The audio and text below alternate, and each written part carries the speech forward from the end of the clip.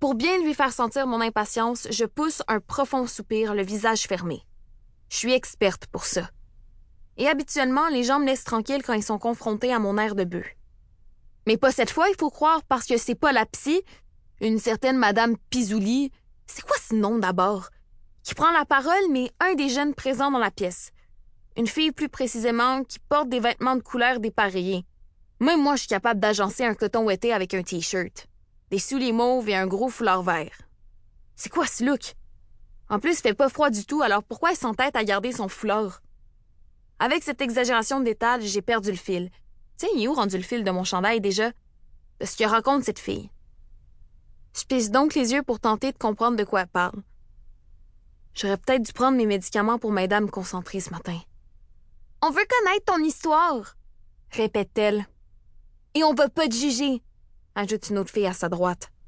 Je laisse échapper un claquement de langue car il y a bien une chose que les gens sont incapables de faire, c'est pas juger les autres. Ils m'auront pas aussi facilement.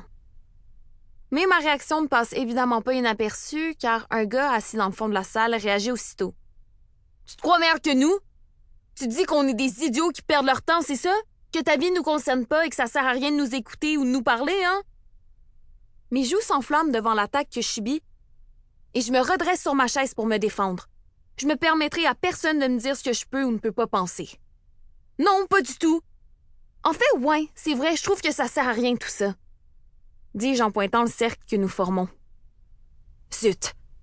Je me contredis moi-même. C'est la faute de ce gars aussi. Il m'a mise en colère et en plus, sans mes médicaments, j'en perds mes mots. Je m'apprête à lancer une phrase un peu plus cohérente, mais il me coupe avant même que j'ai ouvert la bouche. Qu'est-ce que tu fais ici alors? Pourquoi tu prends la peine de venir à une thérapie de groupe si tu penses que ça va pas t'aider? Je suis obligée, d'accord?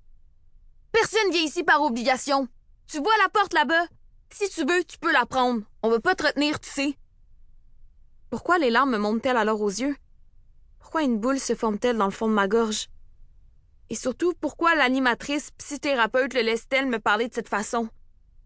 J'ai rien fait à qui que ce soit, je veux juste rester dans mon coin et pas me faire achaler, c'est pas trop demandé, il me semble. Je croise les bras sur ma poitrine et marmonne. Si je m'en vais, j'aurai pas le droit de...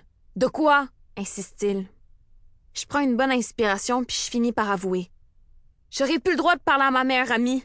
Mes parents viennent m'envoyer dans ce fichu pensionnat loin d'elle, supposément parce que je fais des trucs stupides.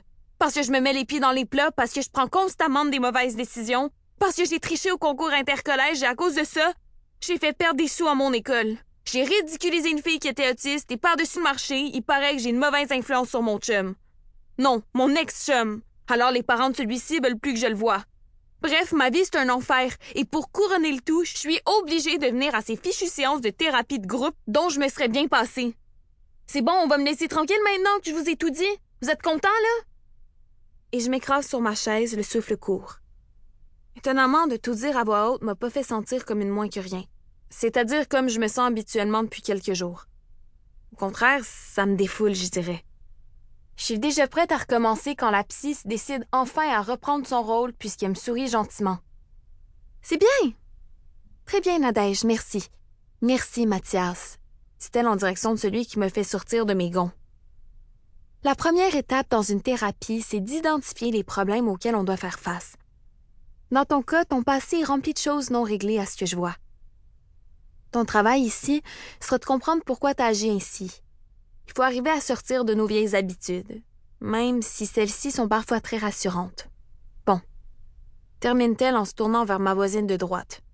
Béatrice, c'est ton tour. On t'écoute. Cette dernière s'exécute et moi je retombe dans mes pensées, soulagée. Pas complètement en fait, puisque je me mets à observer les jeunes qui m'entourent. Ils semblent avoir entre 15 et 17 ans, je dirais. Je suis la plus jeune du groupe. Le gars qui s'est pas mêlé de ses affaires en m'affrontant, Mathias, je crois, semble avoir 1 an de plus que moi maximum. Il est concentré sur Béatrice et remarque pas que je l'examine, alors j'en profite.